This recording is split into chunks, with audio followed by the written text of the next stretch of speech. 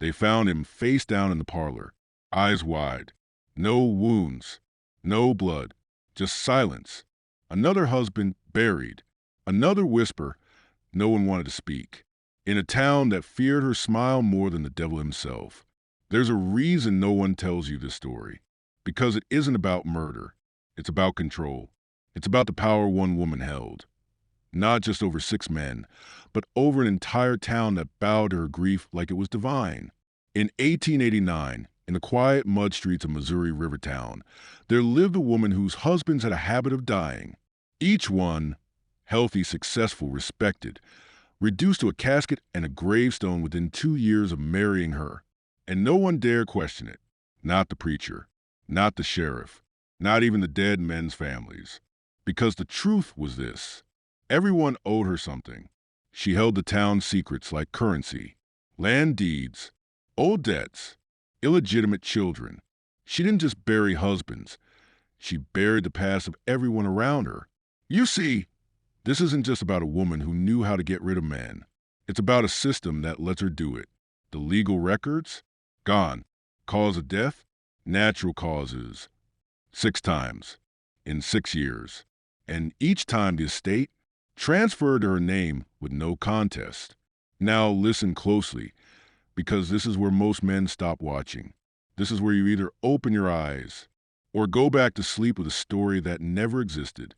There's a reason you were never taught about the widow of 1889. Because the moment you understand how someone like her operated, you start asking the wrong questions. You stop believing in the innocence of the system. You realize this wasn't a glitch in the machine. It was a design. They didn't arrest her. They promoted her, put her on church boards, let her run the town's bank.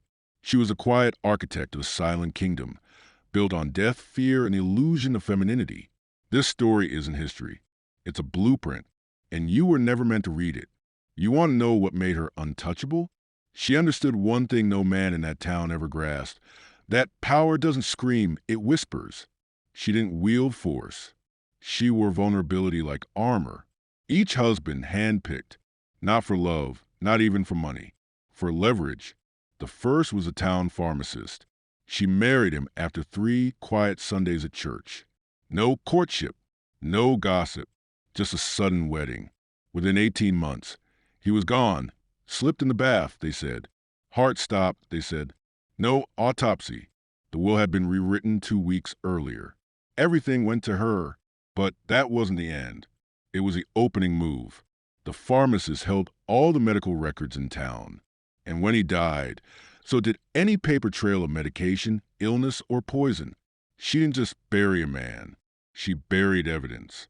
The second husband was a judge. Older, widowed, highly respected. She joined his life like smoke in a clothes room. Charming, quiet, necessary. He died of a stroke after dinner, though no physician in the county ever signed that certificate. And no one asked why. Why? Because she'd already rewritten the narrative. She was cursed. Poor woman. So much grief. Such terrible luck. And they believed it because they needed to. The truth was too corrosive. But it wasn't luck. It was precision.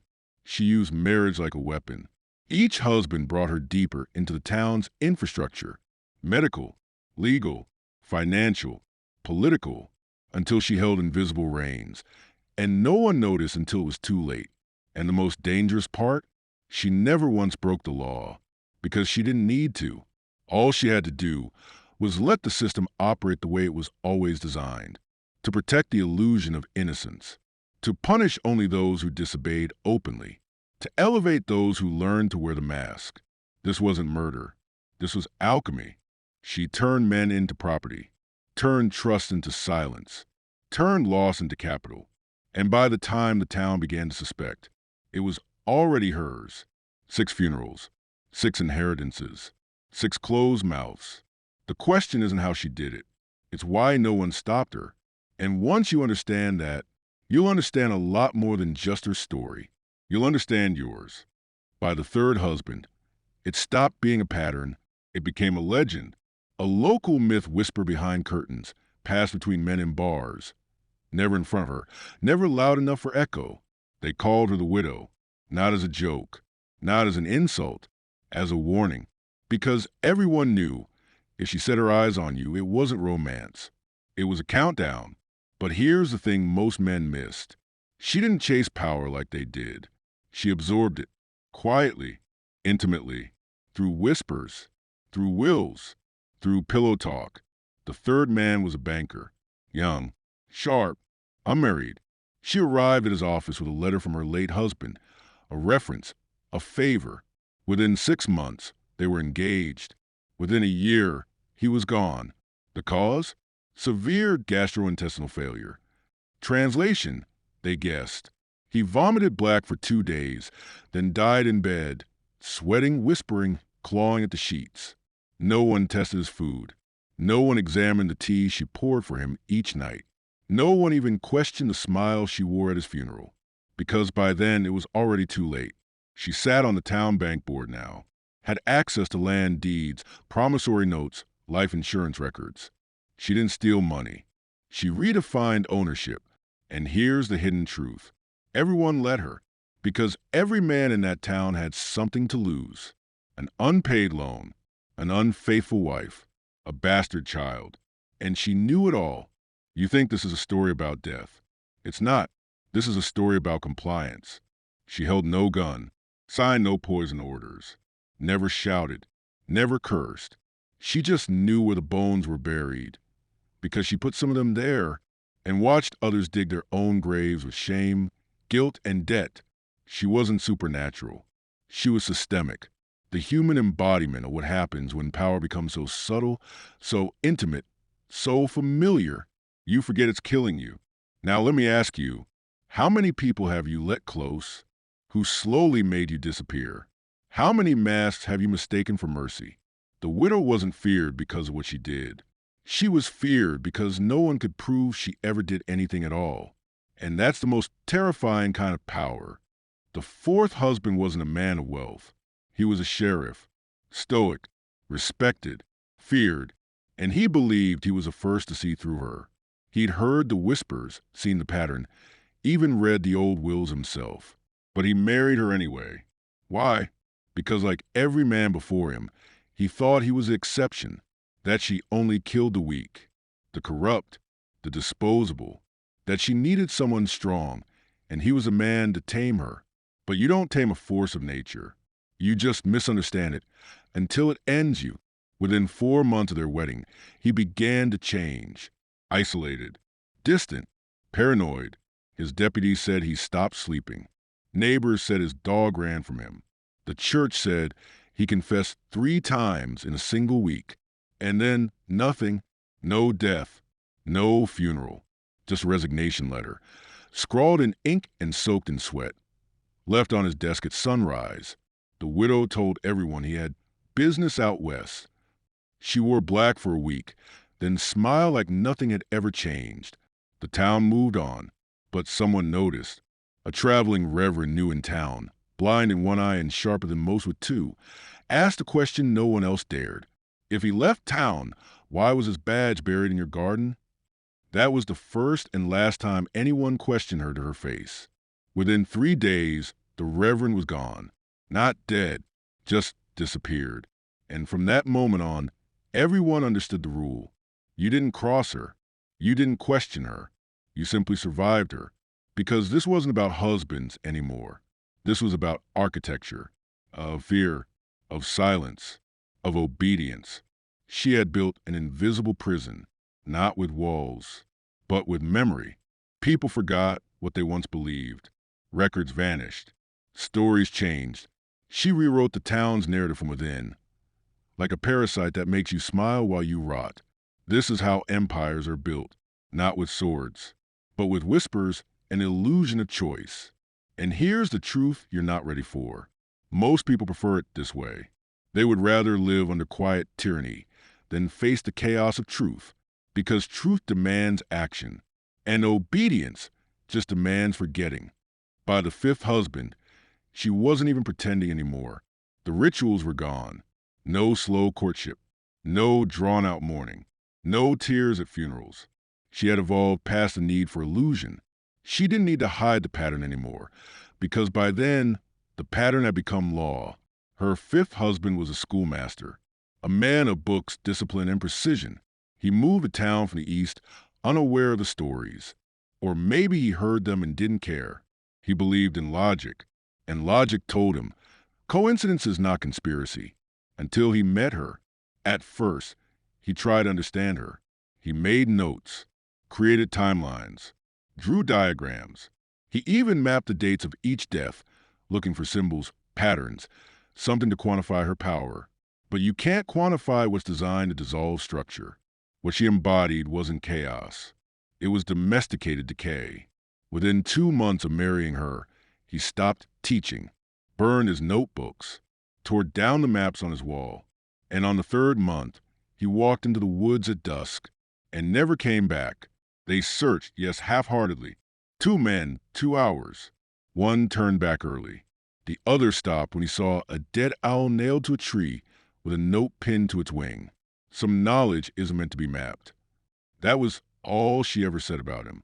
She never reported him missing, never filed for widowhood. She simply added a new chair to her parlor and spoke of him only in present tense, as if she had absorbed him. And the town adapted. They stopped speaking of the dead altogether, as if to speak a name was to summon fate. And in that silence, she became myth. No longer just a widow, now a figure, a shadow, a test you prayed never came knocking at your door. But listen closely. What she did wasn't murder. It was extraction of weakness, of resistance, of illusion. She didn't kill men. She refined them, melted them down until only their usefulness remained, then folded it into her domain like iron into steel. And here's the part that should haunt you. She didn't invent this. She learned it from the same system you live under right now. Her 6th husband was different, not because he resisted, but because he knew. He wasn't from the town, didn't belong to its churches, its debts, its bloodlines. He arrived by train, alone, with nothing but a satchel and a journal full of clippings. She met him at the edge of the market. He offered no charm, no compliments, just a glance and a question. How many more do you need? She smiled. 3 weeks later, they were married. The town buzzed, but no one spoke out loud. By now, every shopkeeper, every pastor, every clerk knew their place. He moved into her house, but never unpacked. He walked with her, but never touched her hand. He ate her food, but never finished his plate, because he wasn't there to love her. He was there to watch her. He kept notes. He marked her footsteps, her eye movements, her sleep patterns. He traced every conversation, every letter she wrote, every book she opened. He followed her to the cemetery at midnight. He stood by the 6th headstone she never acknowledged. And when she turned to see him there, she didn't flinch. She simply said, "You're not the first spy they've sent." That's when he understood. This wasn't just a story about one woman. It was about what she was protecting. Because behind the deaths, behind the silence, behind the perfect record of natural causes, there was a vault, not made of steel, made of memories, files, names, dates, and blackmail that stretched back 50 years. Every person of influence from 6 counties, recorded, cataloged, compromised. Her husbands? They weren't husbands.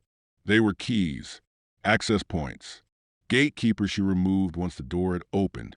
And the 6th man? He was the last gate. The only one who knew what the vault meant. The only one who understood that once it opened, the entire region could fall. He died on a Tuesday. No wound, no illness, just a note left on his chest. She doesn't need poison, just patience. Now hear me. What you're feeling right now, the unease, the crawling doubt, that's not fear. It's recognition. Because somewhere in your life, there's a silence just like this. A shadow behind your rituals, a pattern in your losses. And if you can't see it yet, you're not watching close enough. By the time the 6th husband was in the ground, her power was absolute, but not loud, never loud. It was a kind of power that didn't need to command the room, because it had already chosen furniture, trained the air, and written the script before anyone walked in. The town existed around her, like a stage built for a single performance. Her presence. She didn't run for mayor. She didn't sit in government. But every decision, every appointment, every contract passed through invisible channels she orchestrated. And the people, they thanked her for it. Because control doesn't need violence when it has comfort. It wraps around you. It feels like safety, like tradition, like manners and grace. But behind the lace curtains and afternoon tea was a psychological architecture as advanced as any modern intelligence agency. You think you live in a different world? Think again. Today, it's not the widow. It's the smiling bureaucrat, the lifestyle influencer, the policy writer. But the model is the same. Give them something to trust. Make them feel seen. Then slowly, without resistance, extract every truth they once believed in until the only thing left is obedience masked as choice. This story of the widow is not a curiosity. It's a case study of how power mutates when cloaked in grief, of how silence becomes loyalty, of how invisible systems reward complicity. Ask yourself this. Who in your life makes you feel safe, but never quite free? Who offers clarity, but never questions? Who demands respect, but never earns it? Because that's how this works. They don't come with chains. They come with invitations. They offer comfort, and in return, you hand over your vision, your instinct, your teeth. She didn't kill 6 men to survive. She did it to teach them something. That submission is sweeter than rebellion when packaged as destiny. And once a man believes that you no longer need to kill him, he'll bury himself with a smile. What she did in one town, they now do across continents. You think this story is about a woman in 1889? No, she was a prototype, a local expression of a global blueprint. Her methods, silence, intimacy, influence, erasure, weren't unique. They were early. The psychological machinery that ruled her town now governs institutions, ideologies, even entire digital landscapes. And here's the truth most men refuse to face. You are still being governed by widows, not the woman herself, but the structure she perfected. Let me show you. Today, the husbands are ideas, sovereignty, autonomy, free thought, unapproved questions, and one by one they're buried, lovingly, respectfully, with tearful eulogies about safety, compassion, and social good. But it's the same pattern. Convince the subject that they are part of something noble, then bleed them slowly. You're told what to care about. You're offered enemies, curated emotions, prepackaged morality. And while you're distracted by the illusion of your own righteousness, they're moving your inheritance. The algorithm is the new parlor. Your feed, the new garden. And every click, every compliant thought, another quiet funeral. And here's where it gets darker. You participate in your own domestication. You praise the structure. You defend the comfort. You forget the freedom, just like the townsfolk did, because the structure makes you feel seen, understood, safe. The widow wasn't a villain. She was a genius of emotional manipulation. She turned her perceived weakness into a network of loyalty, built not on force, but on psychological dependency. Today, that's called user engagement, brand loyalty, policy adoption. The language has changed. The strategy hasn't. You want to know why men feel lost now? Why they drift? Why they bury their fire under distraction, addiction, passivity? Because they've been taught, through invisible repetition, that resistance is rude and power is toxic. That real masculinity is dangerous unless neutered by approval. You were raised in a system built to love the widow, not question her, never confront her. Because if you do, you're next. You can only manipulate a man if you first confuse his reflection, confuse his values, his instincts, his sense of time, place truth and self. That's how she did it. That's how they do it now. The widow never used force. She used narrative. Each husband was made to feel chosen, even as he was being selected for elimination. Each one believed he was special, the one who would fix her, see her, save her. And today, you're being told the same thing. That if you just behave, just conform a little harder, just suppress that question one more time, You'll be rewarded. But here's the poison in that comfort. It trains you to abandon your edge, to dull your gut, to distrust the very voice inside that knows something is wrong. You want to know how systems control generations? They don't burn books anymore. They bury instincts. They rewrite masculinity as violence, rewrite obedience as intelligence, rewrite freedom as selfishness, and then they flood you with noise. Clickbait campaigns, curated outrage, soft pornography, meaningless consumption, all to keep you disoriented, all to keep you from recognizing that you are in the garden now, the same garden she buried her husbands in. But this one's digital.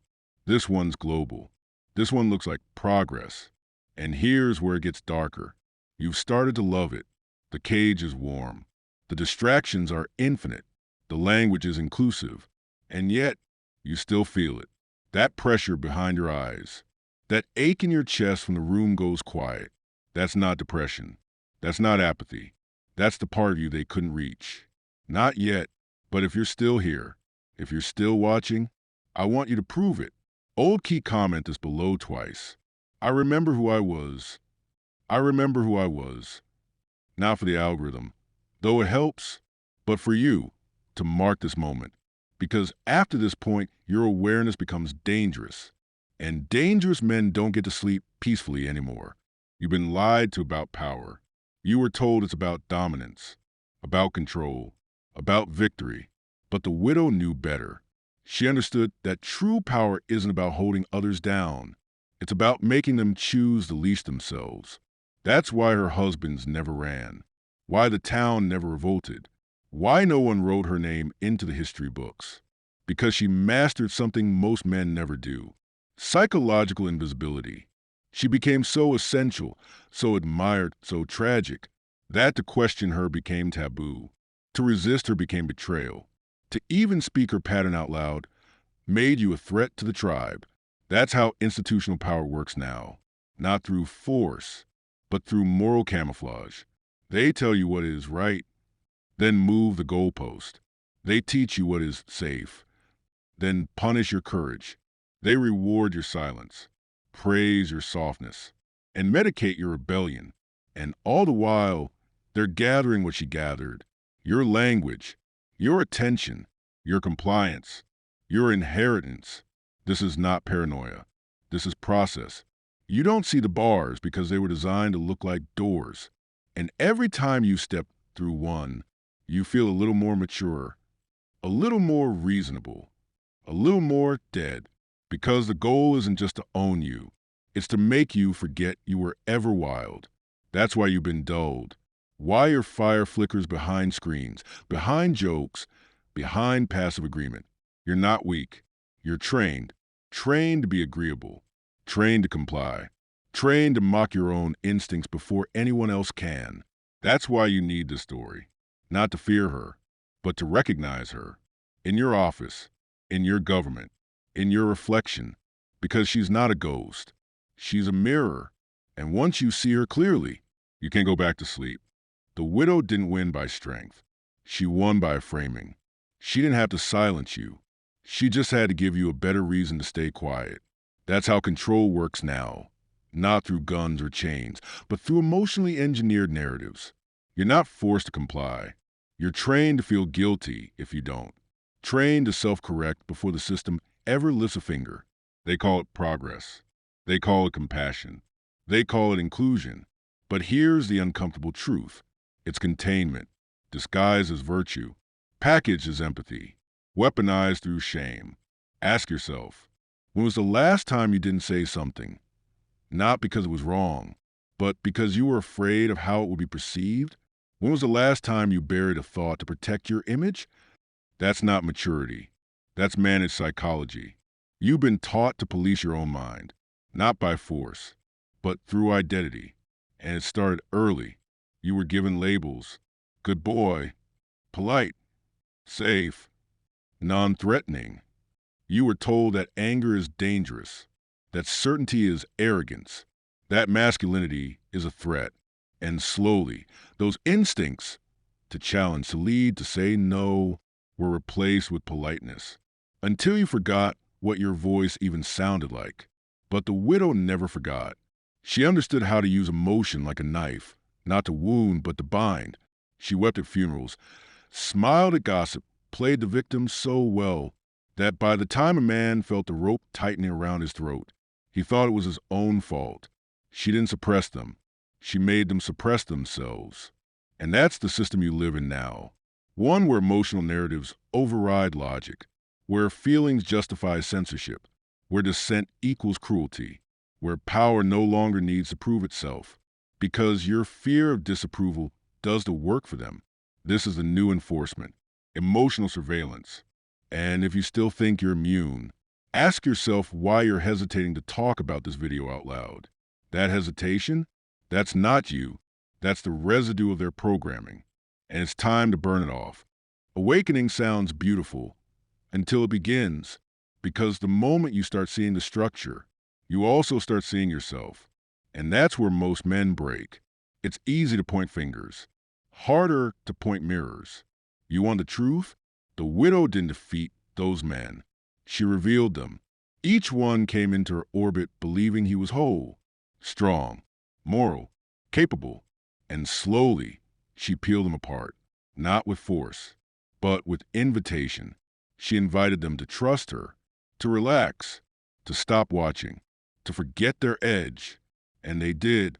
They gave her their guard, then their instincts, then their will. She didn't poison them.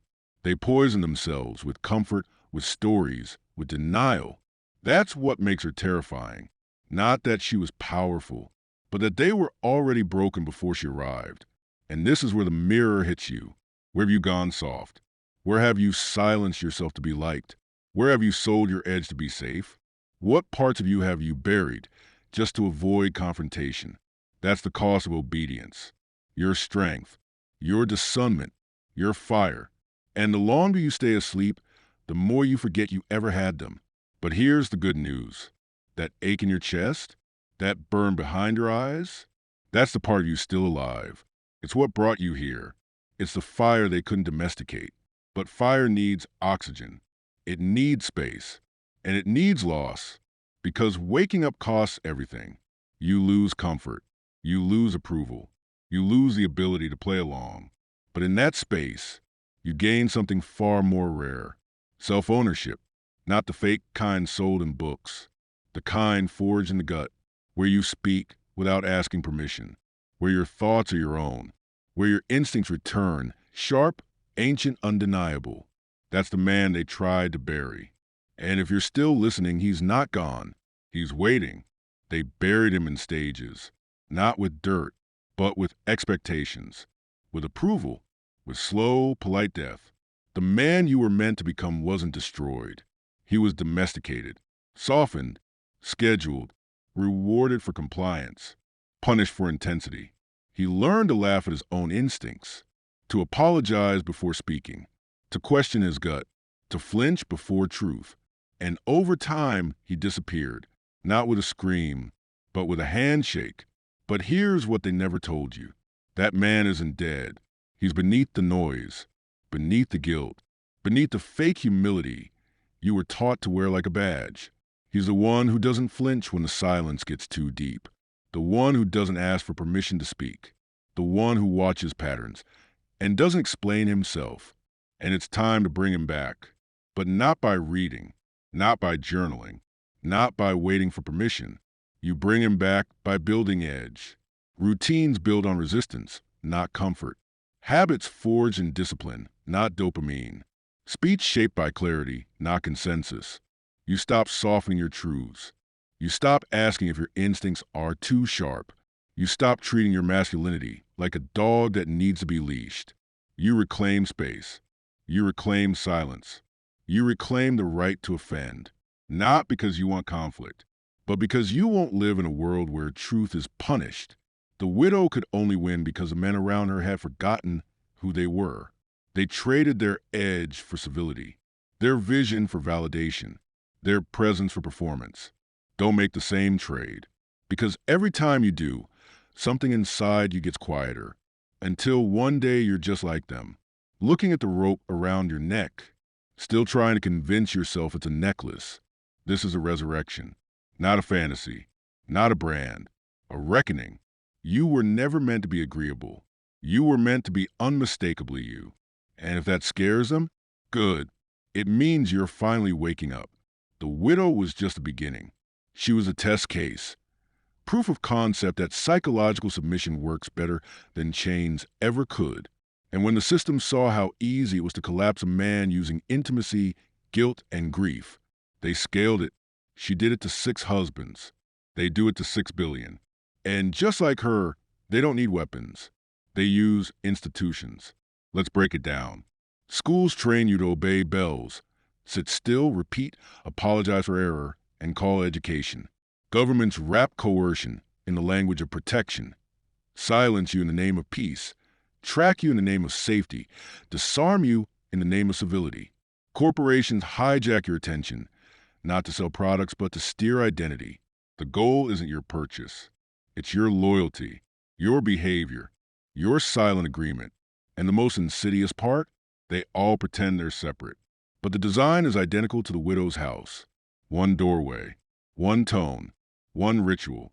They lure you in with comfort, then bleed you with expectation. And what do you give? Your language, your energy, your fire. You begin editing your thoughts before you speak, fact-checking your soul before you act, until finally, you can't even remember who you were before you started trying to be acceptable. That's not growth. That's institutional personality control. It's the same mechanism the widow used, just digitized, scaled, normalized. She built her influence on secrets, inheritance, and silence.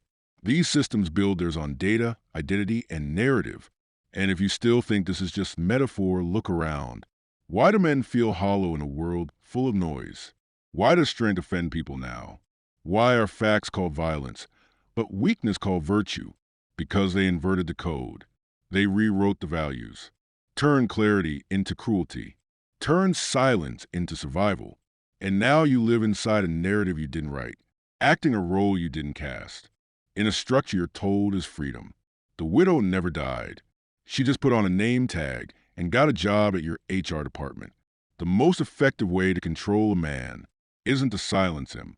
It's to make him forget he ever had something worth saying. The widow didn't just bury men. She buried memory. Each husband had a past, a mission, a fire, but she rewrote it. Slowly, lovingly, with shared meals, soft smiles, with 1,000 small compromises that felt like normal life.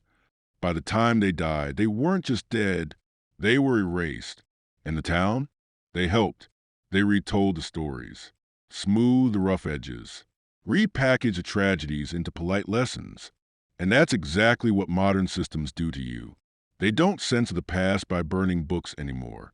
They rewrite it, reframe it. Renarrate. You're not taught to remember.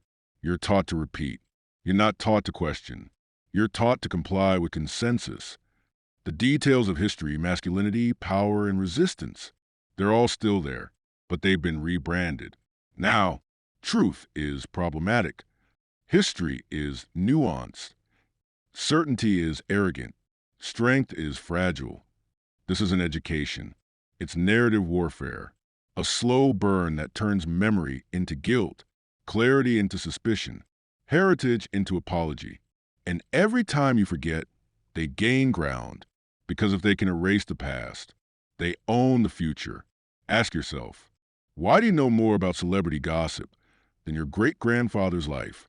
Why do you know the trending topic, but not your own family's original surname? Because memory is dangerous, and they know it. That's why the widow kept journals.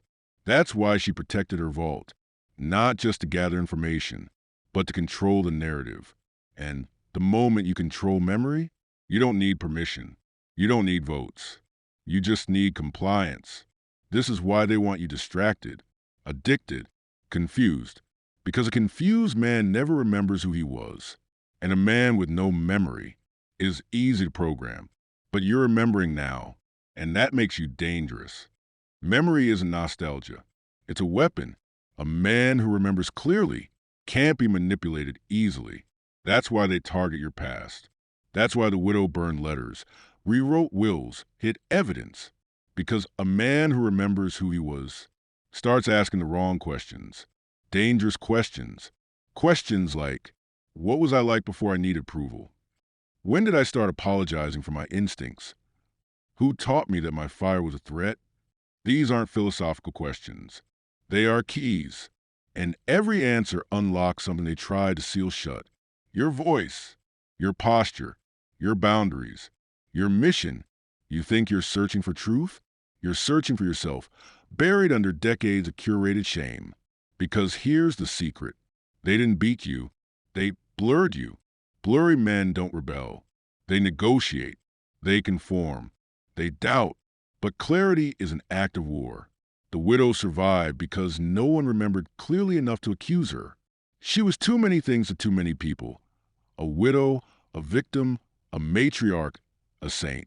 And that's what institutions do now. They fragment identity. You're not a man anymore. You're a consumer, a demographic, a user. And with every new label, you drift further from the core. That core, that's your origin, not your birth, but the moment you chose to remember who you really were. You don't need a revolution. You need precision. One memory at a time. What did you know before they told you who to be? Who were you before the scripts? What did you believe was possible before the world taught you to shrink?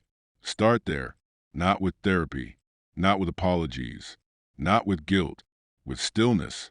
The kind of stillness that feels dangerous because it's unfamiliar. But in that silence, you'll start to feel him again. The man before the edits, before the compliance, before the forgetting. And once you see him, you don't ask for him back. You become him. Memory without action is just nostalgia. And nostalgia is a drug. Sweet, safe, and completely sterile. They don't fear your memories. They fear what happens when you move like a man who remembers. That's what makes you a threat. Because the moment you start acting from memory, not programming, not guilt, not fear, the whole system stutters. Like a machine that just heard a language it was never coded to understand. So let's make this real. You remember the fire? Now train your body to carry it. Posture, not performative, not puffed up, just honest. A man who doesn't fold himself small. Voice, measured, deliberate, no rush, no fake softness to make others feel okay. Eyes, still, not scanning the room for approval, not explaining, not apologizing. This isn't confidence. This is reclamation. You're not acting like a man. You're being you without edits. Because every time you move this way, the old instincts return. Not bravado, not aggression, but presence. The kind of presence that calms a room and disturbs the insecure. That's why they trained it out of you. Because presence creates clarity, and clarity makes you unmanageable. So now, you speak only when needed. You listen for patterns, not applause. You walk into rooms knowing your fire may offend, but you bring it anyway, because that fire is sacred. That fire is ancestral. That fire is you. You think you need more information? No, you need repetition, embodiment, discipline. Do hard things quietly. Reject the easy path. Don't explain your decisions to those who've never earned your truth. This is how you train memory into muscle. So when the widow comes again, wearing a different face, a different system, a different lie, you won't hesitate. You'll see her, name her, and walk right through her. Because you'll no longer be the kind of man who bends at the promise of comfort. You'll be the kind who remembers. They want you alone, not physically, psychologically. They don't need to lock your body in a cell if they've already convinced you that connection is weakness. That's the final layer of control. Because once you remember who you are, the next instinct is to find others, to build, to sharpen, to lead. But that's exactly what they fear. Because when one man wakes up, he's dangerous. But when two or three do, when they see each other, when they speak without flinching, stand without explaining, act without permission, that becomes resistance. And resistance is viral. So they infect you early. Don't be too intense. Don't talk about this stuff. You'll sound paranoid. Just focus on yourself. So you isolate, you shrink, you stay quiet. You start believing that remembering the truth makes you less relatable. You call it being focused. They call it mission accomplished. But here's the paradox. The deeper you're awakening, the more you must connect. Not with the masses, not with followers, but with other men who have seen the same pattern, who have bled the same confusion, who didn't die in their softness, but burned through it. And no, they won't be easy to find, because we were scattered on purpose. But when you do find one, you'll know he won't flinch at truth. He won't need validation. He won't waste time. He'll look you in the eye and remember too. That's when you start building. Circles, not crowds. Standards, not slogans. Alliances, not performances. Because healing isn't solo. Mastery isn't lonely. And freedom, real freedom, isn't found in isolation. It's forged in brotherhood. But only among men who've died once already, who've lost a fake version of themselves, who carry their fire and their silence with equal discipline. That's the final twist they never wanted you to learn. You're not meant to rise alone, because the widow didn't just fear one man. She feared the moment the others finally found each other. Fire without vision will burn everything. Even you. That's why they don't just want you weak. They want you aimless. They fear a man with direction more than a man with anger, because anger fades. But purpose? Purpose is generational. Purpose is viral. Purpose survives empires. So they sell you distractions, trends, labels, empty missions wrapped in dopamine. They want your fire spent chasing status, instead of building something that outlives you. But now you remember, and that memory demands creation, not noise, not spectacle, but structure. The kind of structure that reclaims time, reclaims order, reclaims truth as a lifestyle. You start with discipline, not to impress anyone, but to restore your inner kingdom. Then you build a body that holds your fire without shaking, a routine that trains instinct into reflex, a code of conduct you follow, even when no one's watching, a mission so clear, your enemies recognize it before your friends do. That's the man they tried to erase. Not a puppet, not a follower, a pillar, a man whose very presence becomes permission for others to remember too. This is how empires begin, not in politics, not in headlines, but in private decisions made by men who no longer flinch. You don't need to change the world. You need to become the kind of man they can't ignore, the kind whose speech cuts through noise, whose presence breaks old agreements, whose life becomes a template for those still trapped in the widow's story. Because while they've been busy rewriting history, you've been rewriting yourself. And that makes you unpredictable. And that makes you dangerous. But more than that, it makes you free. The town whispered about her. They suspected. They knew. 6 husbands. 6 deaths. One woman who always smiled through the funeral. So why didn't they stop her? Why wasn't she tried? Exposed? Buried like the men she buried? Because the widow held something bigger than guilt. She held leverage. Not over people. Over the system itself. She knew things, names, dates, secrets passed behind curtains and church walls. Her hands were clean, but her mind, her records, her silence was a vault that kept entire bloodlines intact. So no one dared, because exposing her meant exposing themselves. And that's the final truth. The system protects itself, even when it's rotting, even when it's caught, even when everyone knows. It doesn't purge the guilty. It preserves the useful. The widow was useful to bankers, judges, landowners, politicians. She knew where the bodies were buried because she buried them. And that's why she never flinched, never ran, never apologized, because she understood the one truth most men never learn. The world isn't controlled by right and wrong. It's controlled by risk and leverage. And while her husbands died in silence, she sat in the garden, drinking tea, reading letters, watching their children play. Untouchable. That's not fiction. That's forecast. Because that same game is still being played, just on global stages, with new names, New headlines, new rituals. You think justice will come? Not unless you create it. You think truth will rise? Not unless you speak it. You think darkness fears exposure? No, it counts on your hesitation. The widow didn't win because she was smart. She won because everyone else was scared. And now, they've taught you to be scared too, of being wrong, of being loud, of being seen. But once you see how deep the rot goes, once you understand the cost of silence, you don't care about approval anymore. You care about legacy, because she left one. The question is, will you? You've seen the pattern. You've traced her steps. You've remembered your fire. You watch the system blink and breathe like a living machine, feeding off obedience, surviving on forgetting. Now you stand at the threshold. And here's the final secret. This was never about the widow. She's a symbol, an echo, a mirror held up to part you that's still deciding whether to speak or stay silent, to rise or retreat, to remember or drift back to sleep. Because everything you've seen here, it's real. The manipulation, the silencing, the rewriting, the systems built to soften you, soothe you, silence you, they didn't just happen. They were designed. And every time you bow to guilt, to comfort, to fear, you feed it. But now you've seen behind the veil. You've heard the whispers, felt the tension, touched the truth.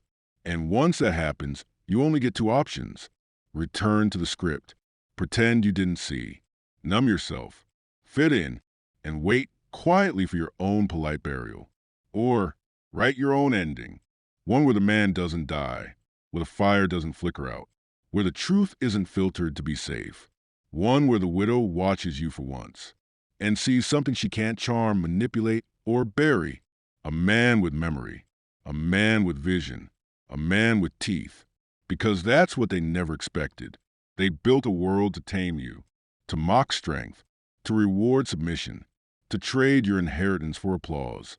But they forgot something. Some men don't forget.